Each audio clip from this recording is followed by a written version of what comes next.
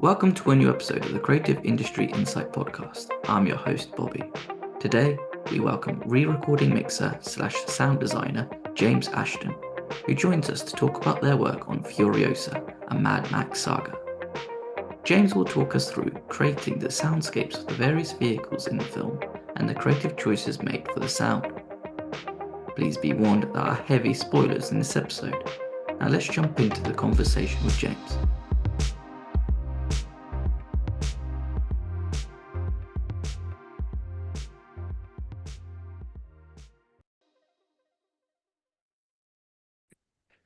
Hi, James. Thank you for joining me today. Thank you for having me. Pleasure to be here. I'm excited to sit down and talk about Furiosa, Mad Max Saga, which has just been released recently. What a movie. Honestly, what a movie.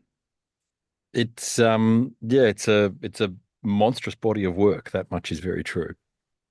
It's just, again, Fury Road came out of nowhere in a way and was like a feast for your art visually when you're watching something. Basically, if a car chase was 2.5 hours long. Um, and then now Furiosa is kind of the fill in the gaps about the whole world of how Furiosa became Furiosa. Yeah. Um, but what I found like quite incredible as well, when it comes to prequels, you always think, well, you know what's going to happen in the end because I've seen the next film. But for here, the mythology that's built around the films and what George Miller, do I call him George Miller? Or do I say Dr. George? Well, we all called him George. So I guess George Miller, he is a doctor. He's a very, very smart man, but most people just call him George. Oh, okay, cool. I just wanted to double Yeah. check just because, yeah, as you're right, he is a doctor. But Yeah. yeah, anyway, so yeah, whatever the mythology George builds up around and the sort of world building is incredible. Yeah, it is. I mean, it's really like what an imagination this man has. What an incredible imagination, and a gift to us all that we can sort of take a little journey inside his imagination. And you mentioned before about knowing what happens in the end, and of course, even after watching Furiosa, and then if you watch Fury Road, we still don't really know what happens in the end. The story's not finished yet, so let's hope that we all get to enjoy where this story goes as it continues. Yeah, and I hope I hope we get one more. And Mm. I know it hasn't done very well in box office wise, but it would be nice if it just somebody just says, yeah, do you know what? We'll take the risk and let's make it and see what happens. Yeah, I mean, it'd be amazing if that would come to pass. I mean, I'm definitely not privy to any sort of information as far as that goes, but it would be incredible to see the story through. Yeah, 100%. But back to your experience on the film, how did the project come about and what made you want to take it on? I was approached by Robert McKenzie, who was the supervising sound editor for the film, and so he approached me and said, would you like to be involved? And of course, I said yes. I don't think there'd be many people, many professionals, if asked to work on one of George Miller's films. There wouldn't be many people in any facet of the industry that would say, "Oh no, sorry, I don't want to do that." So, Rob asked the question, and I said yes, and the ball got rolling from there. Both Rob and I had worked on George's previous film, 3,000 Years of Longing, which was kind of, I guess, as far as George Miller films goes, it was a bit of an unknown, quite a small film. But that was kind of, I guess, the sort of relationship proving ground. And George obviously had the confidence in us to sort of invite us back again for Furiosa, which was great. I guess when somebody invites you back, it's always you know that you've done a good job, and then on top of that, you kind of already have a shorthand established. So if something needs to be amended by just looking at when someone just gives you the look, then you can sort of go ahead and amend your work. Yeah, absolutely. I mean, it was great. It was great to have had that testing ground, I guess, where we could test relationships, but also sort of test sensibilities, get an understanding for what George liked and what he didn't like, and his work ethic, and all those sort of things. So it meant that we could really hit the ground running with Furiosa. And especially, I can imagine, look, because this film is so, I know it's visually it's incredible, but like sonically as well. There's so many layers to it, and there's so much going on sometimes. I've got a few questions about it in certain scenes.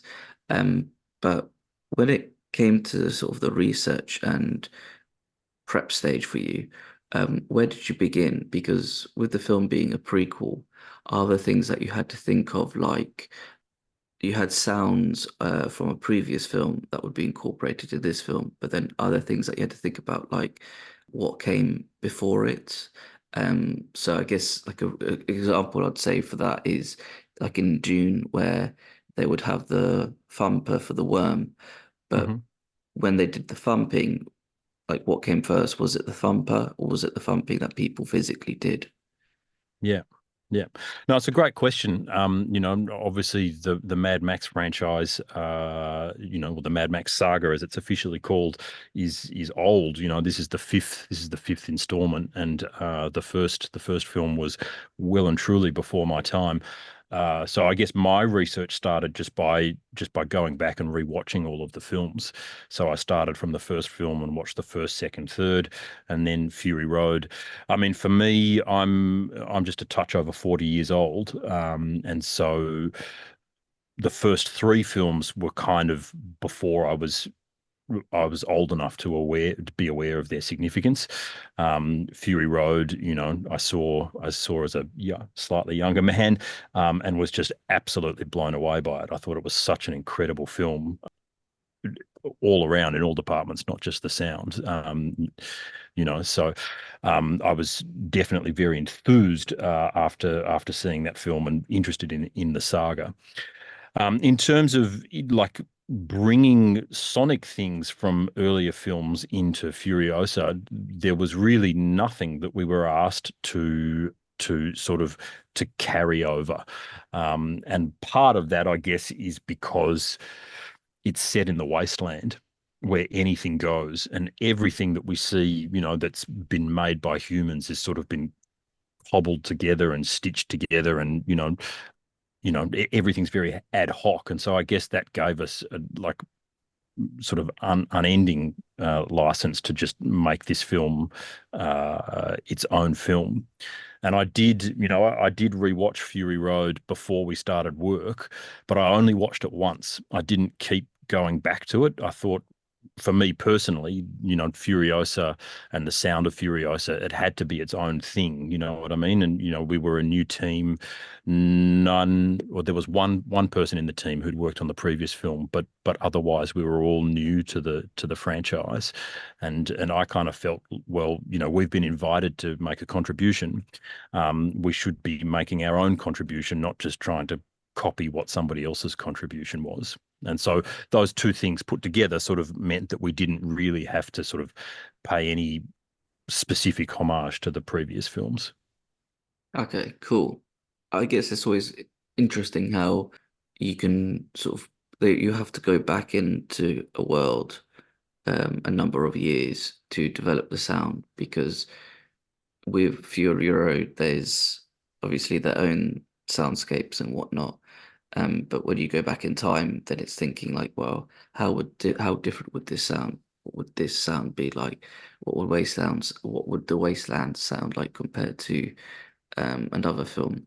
But I guess then you don't set yourself up for failure, but you don't want to keep going back saying, well, it was like this on this one, so let's keep it to this Yeah, one. You you, that's you right. don't get to add your own little twist to it either. Mm.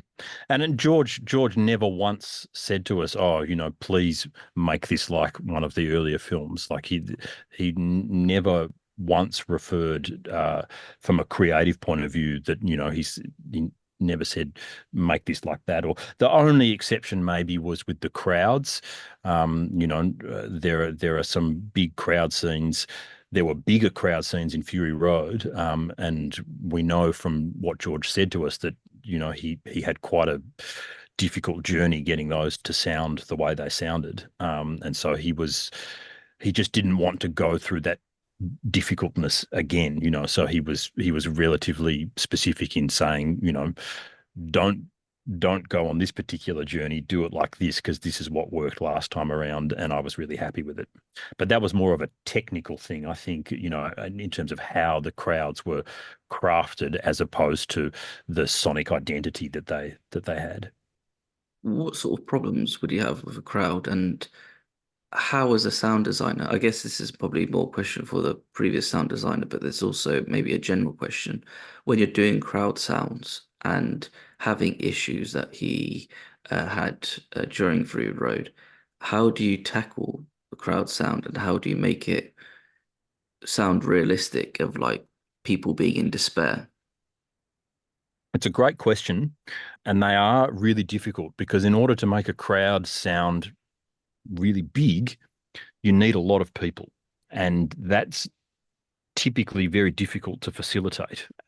And so the sort of bedrock for when we start shaping crowd sounds usually comes from recordings of sport matches, because sport matches have huge numbers of people. There's no music that plays over the top that sort of spoils the recordings, and that's where most sort of editors and sound designers will start to sort of get a foundation for crowds. But of course, you're working with crowds reacting to sporting stuff and not necessarily to the story of the film, and so the challenge is to get the sounds of, as you said, despair, poverty and despair and anguish to weave those into, the mass of a sporting event. And there are different ways technically that you can do that, but oftentimes it never works. It feels contrived.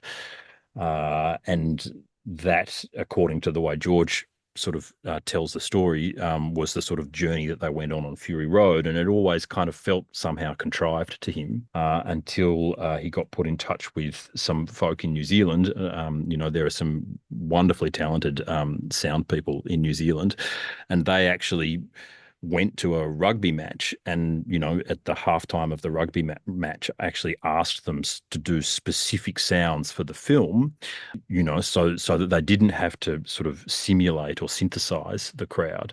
And George was just blown away, and rightly so.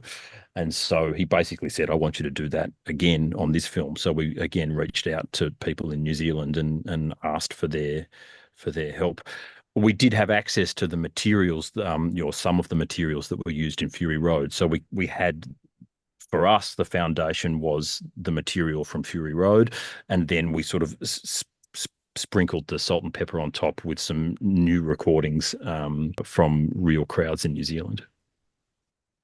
So I'm slightly blown away by that answer, just because because I go to a lot of football games, and it's kind of you've kind of in my mind it started making me think about a certain moment in a game where crowds might become restless or the they're about to score but they hits the post, you just the yell sort of sound of like thousands of people.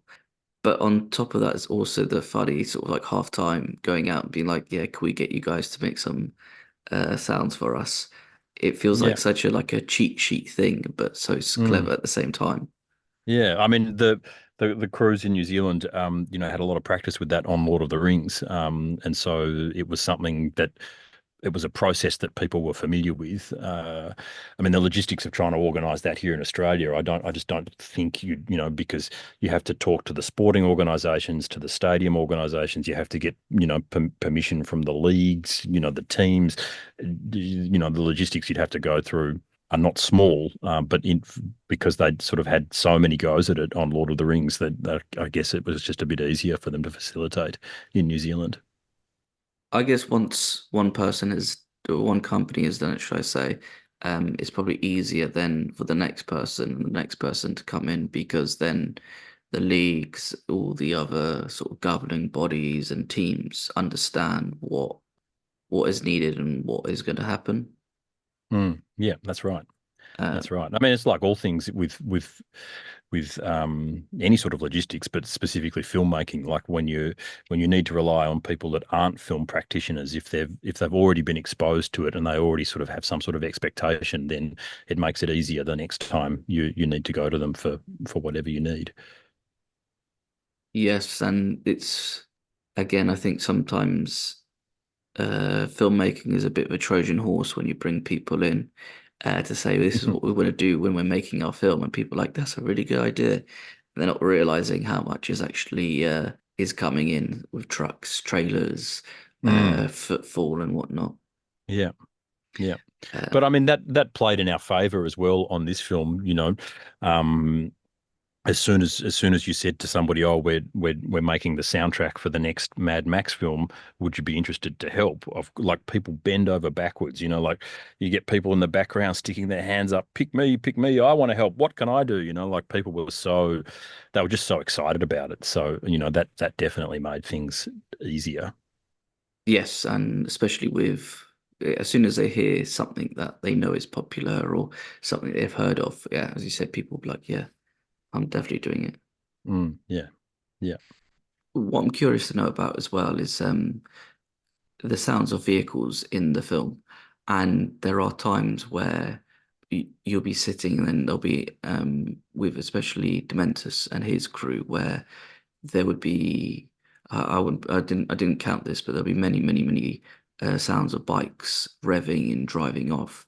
hmm Um, how do you go about creating the sound design for that? Knowing that there's going to be so many, so it doesn't become so aggressive in the ears of people, knowing that the bikes are going off. Yeah, I mean, we were. I was blown away, because the early footage that we saw, it probably won't surprise you to hear that most of the bikes are done using visual effects. They had in camera, I think they had about 20 or 25 bikes in camera, and then all of the rest of the bikes were done by visual effects. And so when I saw the early iterations of the film, and you saw 25 bikes on screen, you're like, oh, okay, that's cool. I can manage that. And then we had a meeting with George. He's like, oh yeah, there'll be a lot more bikes. We're briefing the visual effects department to make it a horde of, and he called it a horde. It was called Dementus's horde. Um, there'll be 2,000 bikes in the horde. And when he told me that, I literally nearly fell off my chair. I'm like, how am I ever possibly going to be able to make the sound for 2,000 bikes? Um, but we did it. Um, and to answer your question, really, it was just lots of layering to the same thing that we spoke about earlier with the crowds. It's it can be very difficult to synthesize these sort of things, but we did do some recordings of larger groups of bikes. We went to some, like bike meet events and, some charity bike rides and stuff where there were a lot of motorbikes, and we just all went down there with our microphones to sort of try and capture what we could. And the thing we found with those recordings was even though you might be surrounded by 100 motorcycles in real life, you can really only hear, or the microphone really only hears the one motorcycle that's closest to the microphone or that's loudest. And so these recordings weren't practical to create that mass of motorcycles that George needed. So we just did lots and lots and lots of layering, just finding as many recordings as we could and just stacking them on top of each other and balancing the levels of one recording against another recording so that you didn't end up with that thing that happens in real life where it's just one motorcycle that jumps to the foreground and you can't hear anything else. And then once that sort of layer got thick enough, we started slipping some sounds of some other engines in there. So I started layering, V8 cars underneath it just to give it some real sort of grunt.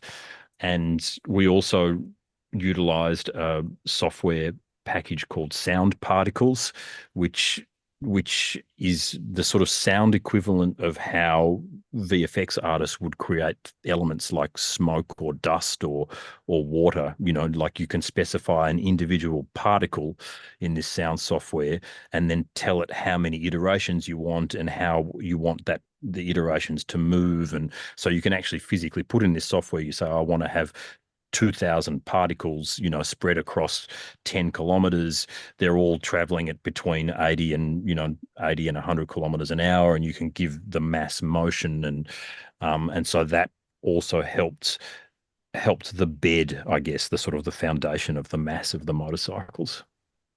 It's quite interesting though that when you go to these motorbike shows, that your microphone only sort of picks up one Mm. should I say rev, one Yeah. vehicle Yeah, revving. one Sorry. engine. Our ears are because our ears are attached to our brain, our ears are very good at filtering out sound, or we listen with our eyes. So like when you're standing there as a person and you can see that there are 100 motorcycles, you kind of hear all 100 motorcycles, but the microphone is unintelligent. It just hears what it hears, and when the loudest thing is one bike, that's kind of all you get. So I mean, that's not to say that those recordings were a waste of time. We did use them, and they sort of did form part of the bed, the massive motorcycles, but we couldn't rely on them on their own. Okay. I guess that's also, spending the whole day listening to these vehicles is probably quite fun as well because there's sort of little intricacies that hearing back, you can hear what sort of different sounds, sort of rev or their movement would be. And especially when you say you need to do 2,000 of them, like I hope somebody helped you out with your chair when you fell over. Yeah, it was a bit like that. But it's interesting you say that, like listening to intricacies in the sounds of engines. I mean, that in the end was kind of what the goal was to listen to recordings of sounds, or to seek recordings of sounds that had something sonically interesting in them to help make the soundtrack as a whole more interesting. I was always listening for sounds that had something unique, a little flavor, or a little bend or a twist that would just help them kind of pop off the screen a bit more. Mm.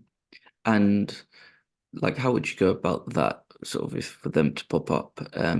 Because there's 2,000 vehicles, do you change it just a little bit so that it doesn't all sound the same and that is like a constant revving hum?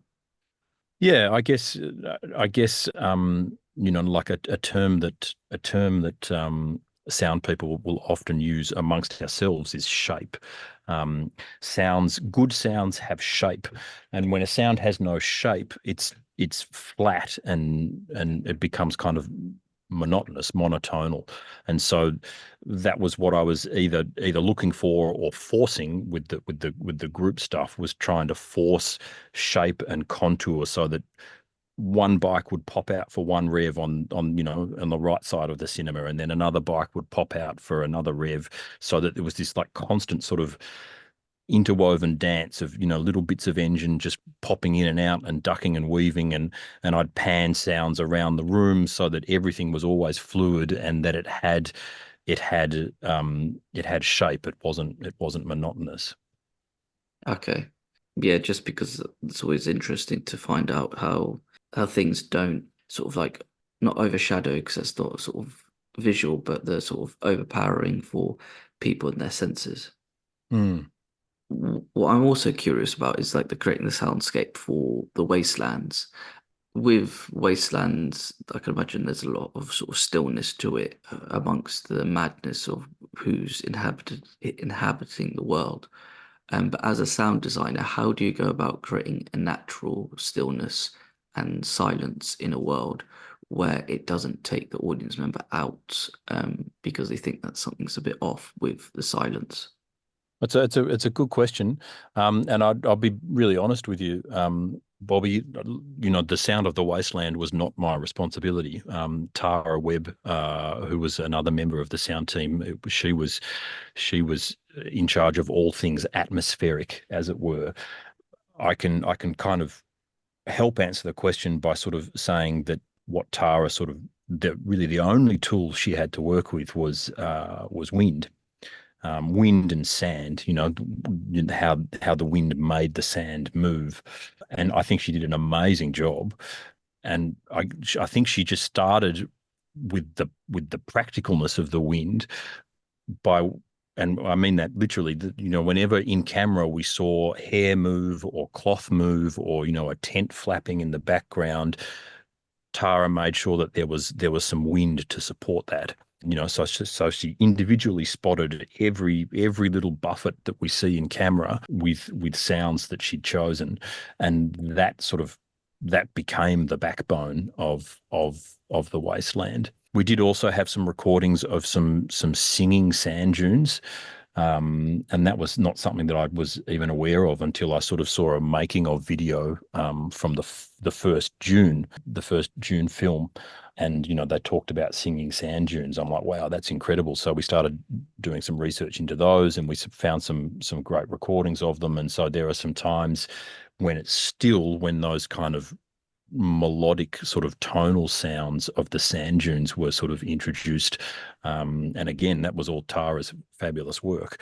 But those things that were tonal helped to evoke emotion, and it kind of helped evoke a feeling of loneliness and emptiness, which I thought at the times that it was used was really, really powerful. Oh, okay, cool. Amazing as well as seeing the singing sand dunes. I didn't know that either. And yeah, crazy, right? The sort of Mm, things that nature does in our world that we don't realize unless we pick up with a microphone. yeah.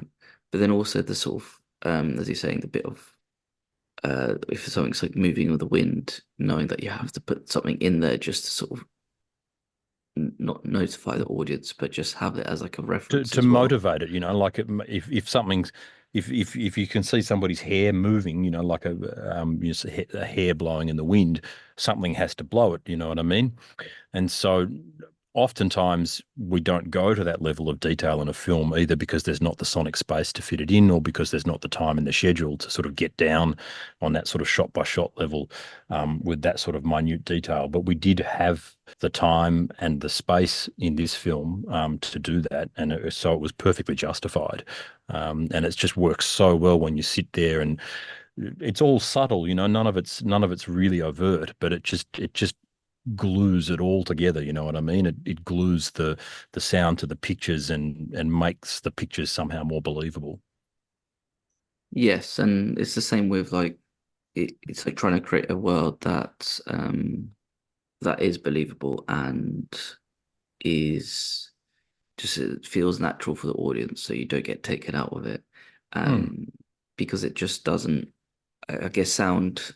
Somebody and I had another guest on the sound supervising sound editor, Mike Pinkler, who was saying how sound is the sort of forefront of how your scene would work and how it's a very sort of how it can make or break a scene and just how I guess audience members can forgive if like the screen like flickers a little bit because you might think that's an effect or there's mm, something wrong with the projector. But if something cuts out with sound, then that's it. They're done. They're taken out of it.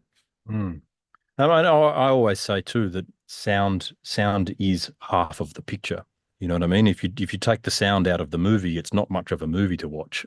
Um, you need the sound to bring the pictures to life and to help invite the audience to suspend their reality and and lean into the story that's being told. So it's an incredibly powerful tool, and it's great it's really great to work with directors like George, who are just have such an ear for sound and are so passionate about using sound to propel their story forward.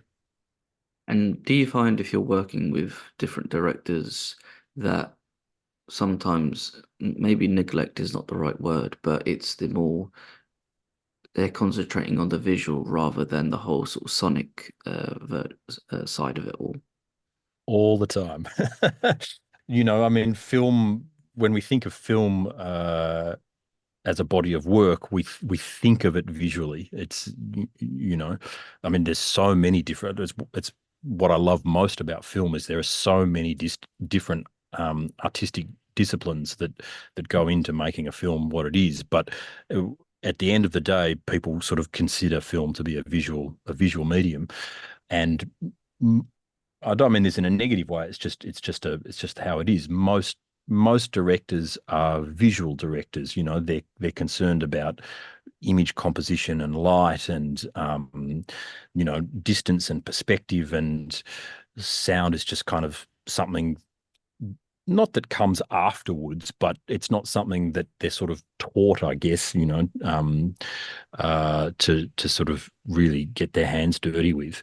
So, and there's always exceptions to the rule, and not every director's like that, but it's more often the case that sound in the process plays second fiddle to the pictures. Certainly, from a financial point of view, we always feel that the sound budgets seem to us to be getting smaller and smaller always, and that there's never any hesitation to do another visual effects shot or to spend longer in the grade or to draw the edit out by another 4 weeks. But it's rarely the case that happens with the sound department.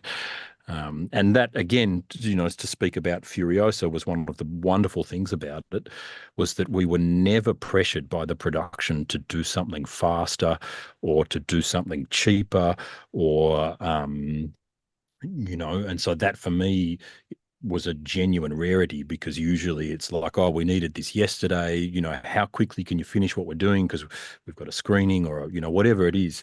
There's always pressure to do it faster, cheaper, with less people, and Furiosa was the complete opposite of that, and that was just such a joy. And you make an interesting point that about stuff like the spending a bit more on visual effects or a bit more with editing rather than the sort of another part to help with the whole, what's it called, like another spice to add to the recipe. And I guess with sound as well, it does get forgotten about. But I guess with what's happening now with people's speakers at home being great, cinema having stuff like Dolby Atmos, or even having really good headphones, I think people are realizing more and more now how important sound is and how it can play on things as well. Yeah, I mean, I don't even think that it's people that are realizing it. I think there's an expectation that sound is good. Certainly we noticed with working on television stuff that there's an expectation that the sound for television now sounds cinematic. Because as you say, like the people, what they have to listen with at home, is getting better and better and more powerful, of higher specifications. And of course, not everybody has the privilege of being able to access these things, but these things are out there, and so now there's an expectation that stuff that was only ever meant to be for the television has a cinematic quality to it, which I guess is great. It's great that people want sound to be cinematic, generally speaking. Yeah, exactly. And it probably makes it a little bit easier as well for audiences to understand what's going on the screen or pick up on things that you might not notice visually, or even Mm. not necessarily take you out, but enhance your experience to be like, did I hear that correctly? Did this happen? Yeah. And sound's a great tool to bring focus to what's happening on the screen. And Furiosa is a great example. There are some shots in the film, there are a lot of shots in the film where there's just so much going on in one shot. And you start, because you kind of have to do it, you have to put a sound for everything that you see in the shot, but then you play it back, you're like, it's a cacophony, it's chaos. And so then you have to ask yourself, or ask your director, or be told by your director sometimes, as the case is, no, this is the specific element that we want to focus on, so let us hear that and get rid of everything else that's around it. And it's amazing when you do that, just how much focus it does give you visually to what you're seeing on the screen. And also, you could probably just play on audiences' senses to be like, did I hear that correctly? Did this happen? But then also, you can sort of in a film like Furiosa, enhance the up the ante by you can hear something coming in the distance in the back, coming to to attack you, or if something's going to pop out. Yeah, lots of tools at our disposal. What also has been talked about quite a lot is the 78 days of filming for a 15-minute action sequence. Hmm. When it comes to such a heavy action sequence, when it's all edited together and music's added and you've put your sound design in, how much work in post does that take for you guys, knowing that there's 78 days of footage that you have to go through and you need to start creating the soundscape for that, but then also enhancing what people are seeing in that action sequence? Yeah, I mean, I know exactly the sequence that you're talking about, because there's just so much that goes on in that sequence. It's unbelievable. I didn't know specifically that that amount of time had been spent on the shoot until all the press started coming out,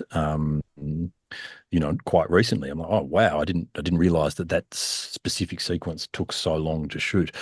What I did know was that when I started putting sound to that sequence, that like I'd work for a week and I'd get a minute in, 2 minutes in, and then I'd just sort of keep watching the scene and just see how much more there was to go. And I just thought, oh my God, this is literally never going to end.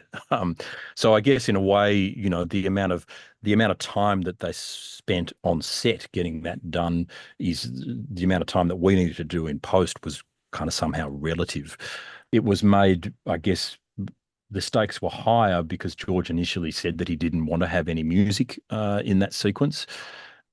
So in the earlier iterations of the film, we were working very, very hard with the sound to try and have the scene, supported only by sound effects and not by music, which was great, because when you get told that you've got nothing to hide behind sonically when music comes in, particularly in a big film like Furiosa, the music is more often than not very big and bold, and so you can you can kind of hide behind that with the sound design, and you can't always have really big and bold music and really big and bold sound effects. There has to be a bit of a dance there. But because George initially, sort of said, "Oh, I want to try this with no music," we sort of thought, "Oh, well, wow, there's going to be nothing to hide behind. No, we can't be lazy. We can't cut any corners." And importantly, we had to try to find a way to propel the story forward and literally the action sequence forward, and create a sense of urgency without music. Music's really very powerful at telling you how to feel emotionally, and it's much more difficult to do that only with sound effects. And so we really had to make quite an effort to sort of try and make that work. In the end, of course, the scene ended up with music, which I think is for the best. I do think in the end it needed it for exactly that reason, because you need that sort of emotional cue that is very hard to come by with sound. But because the foundation of the sound was so solid and so powerful, like the scene kind of, I think, worked. It came together more effortlessly than in the end in the mix than if we had always worked against the music track. It's again amazing that you guys didn't know how many days it was that was filmed for this sequence. I guess it's probably my bad for assuming that crew would know about it. But I guess if you're coming on at different periods of the film, you might not realize that that's happened. Mm. Yeah, I mean, there's not often a big sort of there's the production and post production are very, very different sort of disciplines, I guess, and one can't start until the other has finished. So there's actually some people would be surprised to know that there's very little cross pollination between the production and the post production. We just rock up to work one day and we just get given all of the assets and it's like, right, off you go. So that's what we did. Yeah, and there's probably just no time to wasting either. So they're just like, here you go, get on with it. Yeah, yeah. Just to hit you with my penultimate question, what was the hardest scene to create the sound design for? For me personally, I mean, we each had different sort of things to focus on, but for me, my sort of primary focus, my role on the film primarily was the sound of the vehicles, and the most difficult thing, easily, without hesitation, I could say, would be the sort of the two motorcycles in the beginning of the film. There's what we called the broken bike, as Furiosa's mother sort of chases after the bikers that have snatched her away. There's the broken bike, and then there's the thunder bike. And George was quite specific about what he wanted these bikes to sound like, and it was a hell of a challenge to sort of to get that specificity right. I mean, George was only telling us things that were motivated by the story. He wasn't specific in terms of technical stuff. I know this bike has this capacity engine, and he never was George interested in any sort of technically mechanical stuff like that. It was all about the story. But those two motorcycles, I couldn't tell you the number of times I did them and redid them and modified them, and like I think somehow I'm traumatized by them. Every time we played over those scenes, I'd just be like, "Oh God, please don't let him say that he's still not happy with them." It's kind of one of the ways George works. It's something about his work ethic. Like he'll sit on a sound for a while, and then he'll turn around and say, "Oh, maybe it should be more like this, or maybe it needs to sort of do a little bit of that." And so you think that you've gotten away with it because he'll watch it again and again and again and again, and he doesn't say anything. And then all of a sudden he's like, "Oh no, that bike there, it's not doing what I want. Can we redo it?" And so that was definitely my Achilles heel. I can imagine as well, just like sitting there being like, I think we've aced it, I think we aced it. It's like, let's just tweak it a little bit more, just a little bit more, being like, oh man, okay, let's get back to it. Yeah, yeah. I mean, and that's part of the process. You can't take that stuff personally. It is part of the process that you offer something up and it gets critiqued, and then you modify it, you offer it up again and it gets critiqued, and it's just this constant process of refinement. But yeah, that one nearly broke me. And then just to wrap up the episode, what was your favorite scene to work on? My favorite scene, I think, probably the sequence where the war rigs attacked, the one that took 78 days to shoot. That was probably the sequence that, if I was to say so, was the one that I'm most proud of. Because we worked so hard to make it work without music. I just feel like the level of work and the level of detail we went to was worthy of being proud of. I feel like we did a great job. We did what George asked us to do, which is the most important thing. George was stoked with it. He was so happy, and said so repeatedly, which is, that's the best feedback you can ever get when your director keeps telling you how happy they are. And so I think that sequence, for what it was, came together really well, and yeah, it was my favorite sequence in the film. Solid choice. I think with a film like this, there are so many scenes that you could choose from. Even the action sequence later on in a Bullet Farm, Yeah. um, which is incredible to see. But then there's also so much going on, just because you go from like a stillness to then absolute chaos and carnage. Yeah. Yeah. Yeah, no, but I mean, I think, overall, the whole film, I mean, as I said at the beginning, it's an incredible body of work, for all departments concerned, but I think also for the sound department, within the parameters that we were asked to do what we did. I think, it's something that we can all be proud of. And it's again with something like this where it is everything needs to be aligned for it to work. So with visually sound, costume, grading, and all that, you're kind of just put into like a feast for the film. And Mm. it's a shame that it's not doing better than it is box office wise. Yeah, I mean, it's definitely a shame for George and the producers. There's no doubt about that.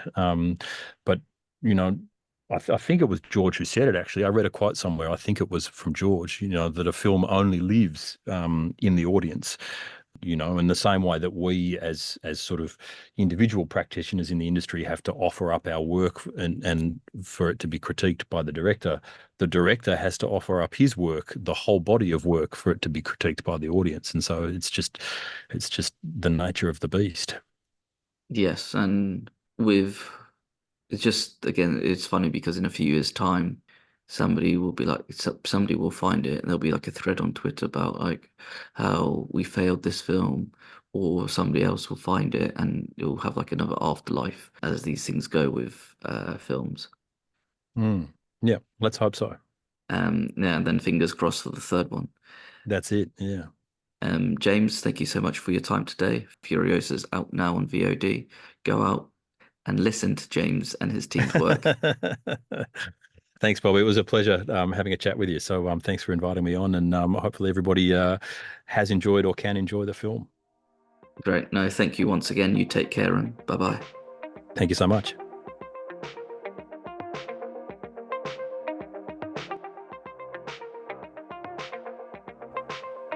Thank you for listening. Please subscribe, rate, and review this podcast.